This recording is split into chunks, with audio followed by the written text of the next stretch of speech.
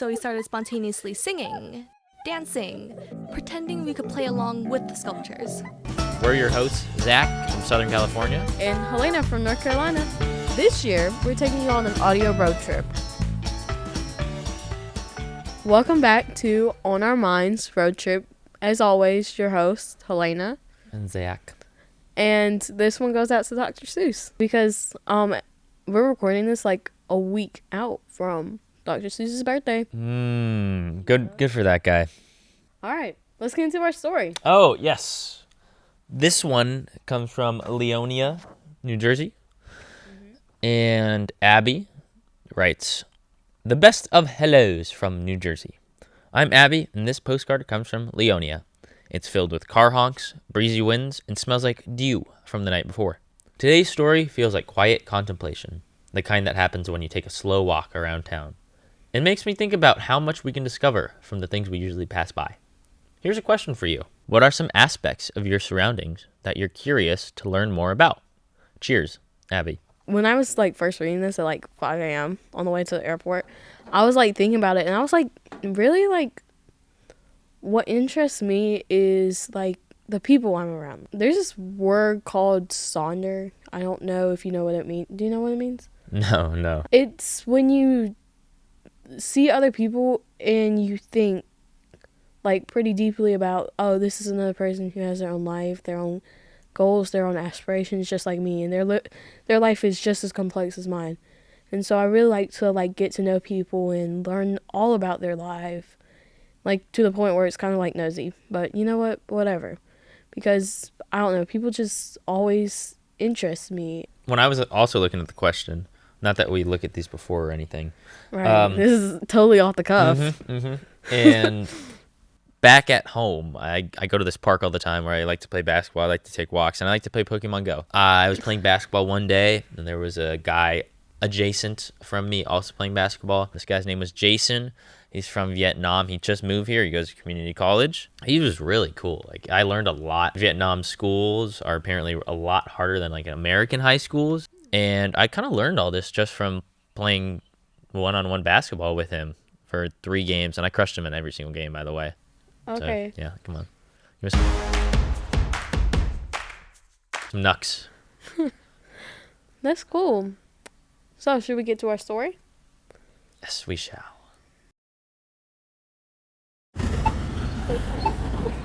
Wait.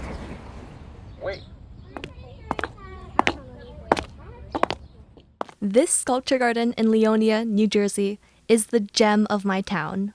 Look left and you'll see a woman walking her seal dog. Turn right and there's an aluminum violinist mid-song. And even looking up in the trees, a giant metal ladybug stares back at you. One day after school, my friends and I visited the garden. We saw a trio of sculptures, each in motion with their instruments, playing a song that we couldn't hear.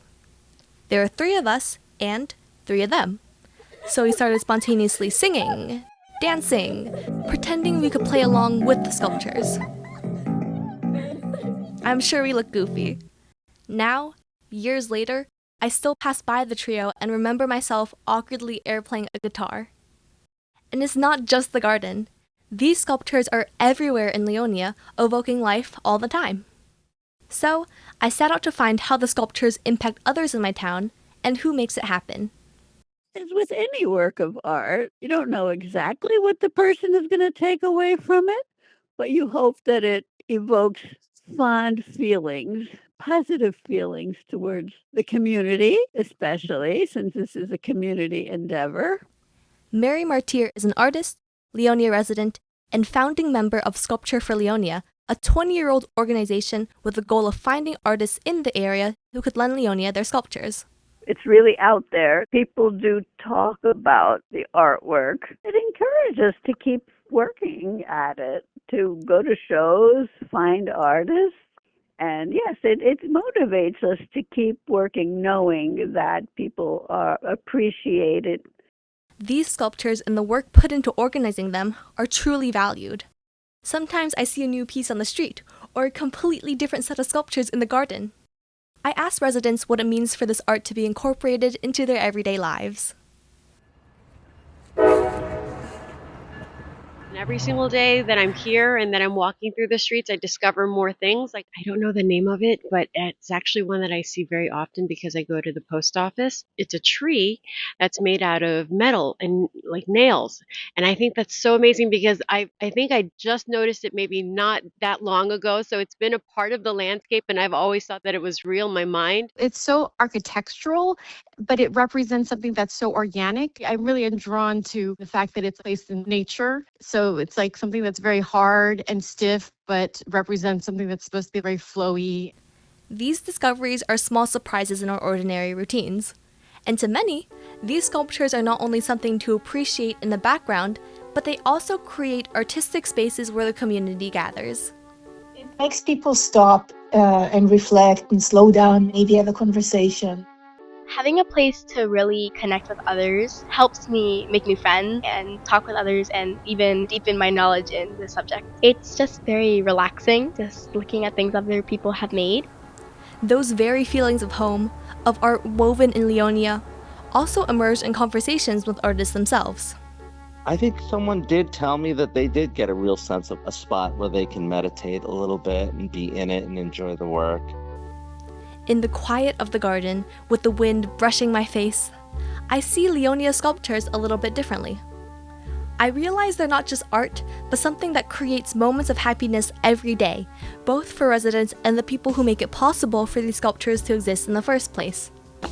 So each time I pass by that musical trio, I'll know more about why it's there and what it means to the Leonians around it. Walk sign is on to cross.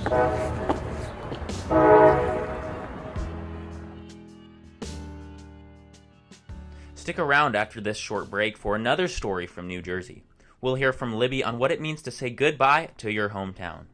What happens when the next generation of democracy leaders grab the mic? You get bold ideas, fresh voices, and conversations that actually matter.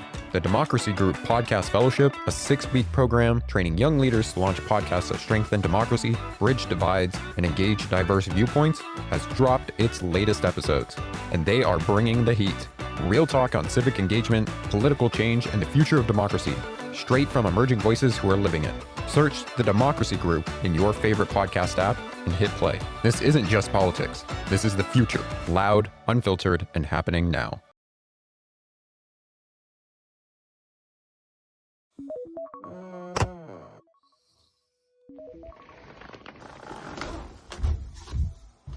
The day already feels late. I've done this drive too many times to think about it. But it's the same streets, the same turns, the same places.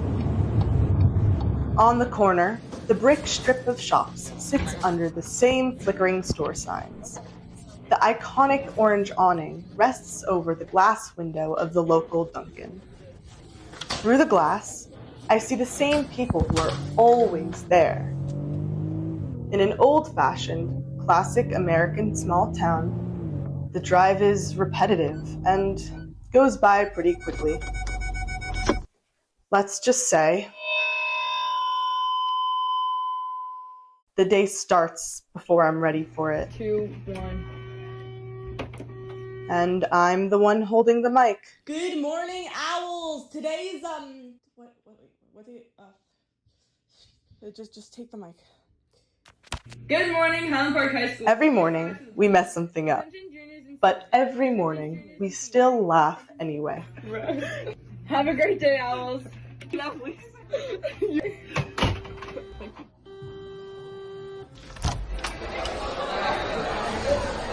The day doesn't pause when I want it to. It keeps moving. From bell to bell, from class to class, from moment to moment. There are days when Highland Park feels too small. The walls of the hallway are closer than they used to be. Everyone's eyes start to notice me, and I have to find sanctuary.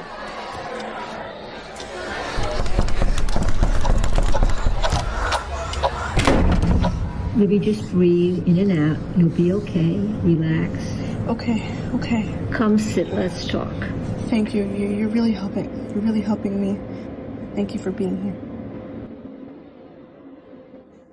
The teen center is the room you can go to when the day gets to be too much. It's nice to have a soft place to fall. It's the same drive home, the same streets, the same turns, in the opposite direction.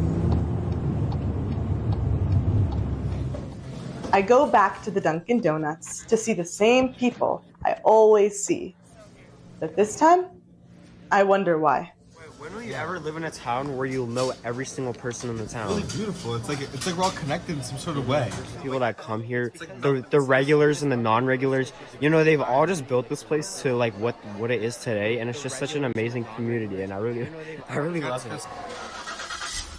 And on the drive home, I think of the laughter, the soft places to fall, the stability of the repetition, the people who keep coming back. Every Friday night, we have Shabbat dinner. It's a pause that feels steadier than everything else in my life right now. No matter how far I imagine myself going, this is what I picture first. The candles flickering, the table set, our voices overlapping across the room. Even when I talk about leaving, this is the place my mind comes back to. We really have to start doing the college search. We have to go visit. Yeah, we have to visit. Which ones? Right. Somewhere far. Where? Somewhere far. I'm not going anywhere far. What I want my family to understand is that I want to go far. I get so overwhelmed here doing the same things over and over again. It can be too much for me. There's this rhythm I can get stuck in. I mean, honestly, there is a comfort in the rhythm. A comfort in knowing every Friday night I can expect Shabbat dinner with my mom, my dad, my twin siblings, my grandmother. I'll miss them so much. I'll miss seeing the same people everywhere. Even the regulars at Dunkin Donuts. It's such an amazing community, and I really love it. I'll miss the people at the teen center who know exactly how to support me. Come sit, let's talk. I'll miss the girls who laugh with me through mistakes. And I'll miss the rhythm of seeing every familiar face. I do want to go far away for college, but I'll miss waking up here the most. My family nearby, expecting a rhythm I'm starting to appreciate.